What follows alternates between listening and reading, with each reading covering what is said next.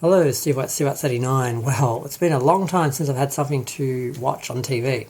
But Superman Lois is finally back after 5 weeks off the air. I think it was 5 weeks. Actually, it's been, I think, 6 weeks because I didn't see it last week because it wasn't available for me. But I found 7 and 6 were waiting for me. So I've watched 6 and I've got 7 left, and I'm kind of excited to still have 1 left. Like I said, reading my other reviews, it's been a long time since I've had a weekly show to actually care about. But yeah, it starts off with a fight between Tag and Jonathan, and I'm like, have they gone back to the other episode? Are they going back and doing something different? And it goes differently. He outruns Clark, who shows up, and Superman.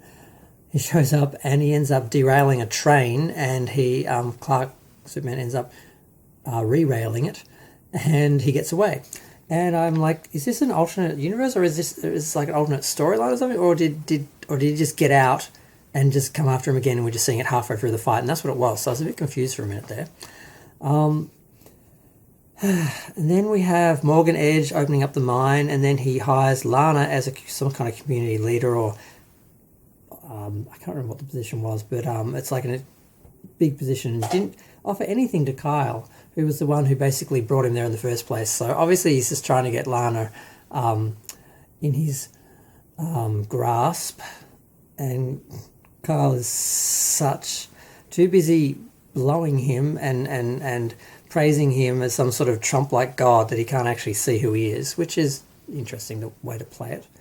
And then, of course, Jonathan wants to play in the big game with Metropolis, but unfortunately he's having little episodes where he starts to freak out and his eyes glow and he kind of goes nuclear. He gets their brother to cover for him, and the whole thing's this emotional, oh, let me have this, you know. It's very selfish, and there's a lot of selfishness in this episode, like when Lois goes to Lana and Kyle and asks them to help her work out what Morgan Edge is up to.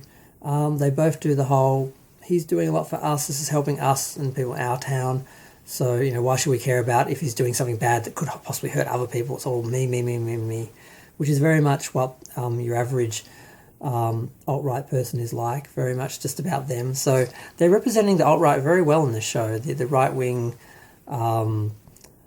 Trump-supporting sort of, there's a thing happening here, and I'm not sure if it's a good parody or not parody, allegory, or if this show is more right than I want it to be.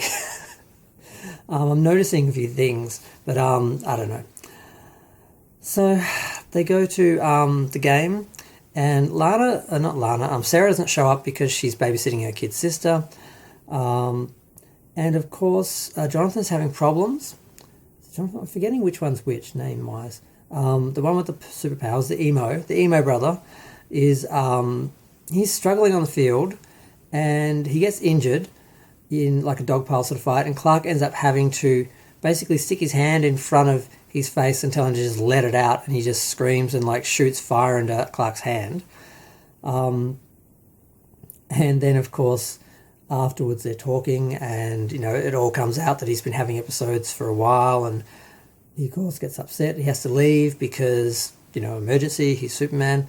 And he tells them to stay there. Of course, they don't. They go out to get drinks with their buddies that show up. And, of course, they stumble into the Metropolis team, who they used to go to school with, and they used to bully Emo Boy. So they're picking on him, and he goes to smash his face. Literally, he was going to smash his face. He has no control. He was going to literally smash this guy's face, and the other brother sticks his hand in front of the fist, and he literally shatters it, and it's going to take like 6 to 8 weeks to heal, and he may not even have full range of motion. It may have ruined his sporting career. And of course he's guilty, and they're all telling him it's not your fault, but it is, because he knew he was having problems, he ignored it, he was risking other people's lives so he could show up these guys, and he wanted to be someone because he thinks he's nobody, and he thinks if he can be some football star, he's somebody. So There's a lot of pandering to him, which I don't like because Superman seems to be forgetting his moral center here, and he's being swayed by his emotions to want to sort of help his son, but it's not helping his son because letting the stuff go seems to be, they just seem to be getting worse, these little episodes. Now, in the meantime, Lois gets a knock on the door, and it's Marcus, was it Bridgeworth? I can't remember his name. The black guy who, I thought he was, I'm getting confused now. Is he the one? Yeah, I think he was the one who was supposed to be Lex Luthor. And now I'm confused about who this guy is, because people are talking about, oh, he's not Lex Luthor. I'm like, I'm confused. Is he playing a reporter? Or I'm really confused. I should have researched this, but I just want to see how things happen. I don't know if I'm not supposed to know this, if it's part of the story, or if I'm just, dumb. So he shows up with security badges to get them into the mine, because she basically went to Lana and that said, you have to help me get into the mine to catch this guy who's up to something shady. So they go in, they find the ex-kryptonite. He's got weaponry he shouldn't have. She gets suspicious. Then Leslie Laura, whatever her name is, the assistant with superpowers, ex-kryptonite superpowers, enhanced powers or whatever, attacks them. He actually has a weapon that knocks her out. They get out, take the time to argue about the fact that he's not who he says he is before they leave.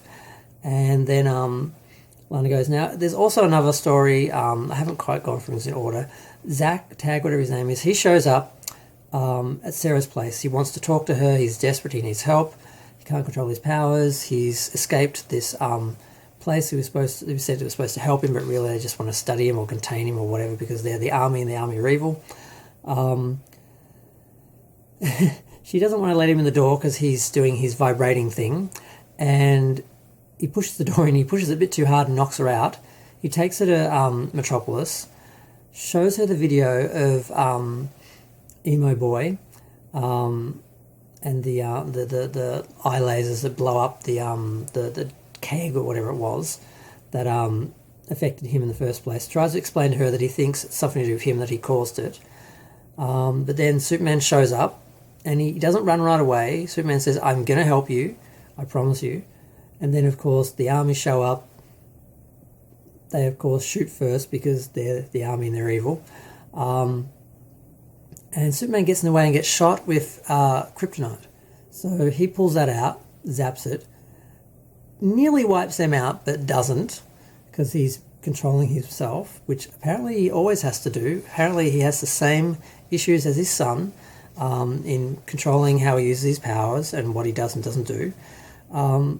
He has a little bit of a discussion with Lois's father, and they come to the same position they're always in, where he's like, I can't afford to be optimistic and trust people. I have to protect people, therefore I have to do things that are wrong because I'm selfish and I'm only thinking of me and my people and not, other people. I'm not thinking about this kid and what's good for him. I just want to protect people from him, even if that means, destroying him or crippling him or making his life miserable, making him into a zoo specimen, basically. He leaves to... who was he saving this time? He left... of course, because he finds out about the hand, and that's when they have the whole discussion about, basically, you are a mess. Of course, the other brother is upset because, his hand's been broken, and he's constantly paying for Emo Boy's issues. And he keeps on apologising, but doesn't matter, he keeps doing the things. So... gets a bit emotional, and then there's a moment later on, at basically the end of the episode, where Lois is talking to him on the porch, and he's basically saying, look, I thought these powers would make me someone, I thought it would bring me closer to people, it's just bringing me further away, I want it all to end. She's holding him, he's crying, then he starts to have another episode, his whole head is glowing, it's like he's having seizures or migraines or something. Superman grabs him and flies him off to the Fortress of Solitude, and that's where it stops. That's the end of the episode. So that was another pretty good episode. Like I said, I feel like they're pandering too much to the right in this show. Kyle and they should be called out for the a-holes they are. The selfishness that some of the characters are indulging in, it's so narcissistic and characteristically right-wing, but they're pandering to that a lot. They really seem to be afraid of that. So it's quite a different experience from all the other shows, especially the superhero shows, that are totally pandering to the right to a point to their own detriment. But this may be going in the other direction. I'm not sure. Maybe I'm just seeing something that's not there or whatever. But that's that. Now I'm going to go watch episode 7. Yay. Feel free to share, like, comment, subscribe. Let me know what you think. Bye.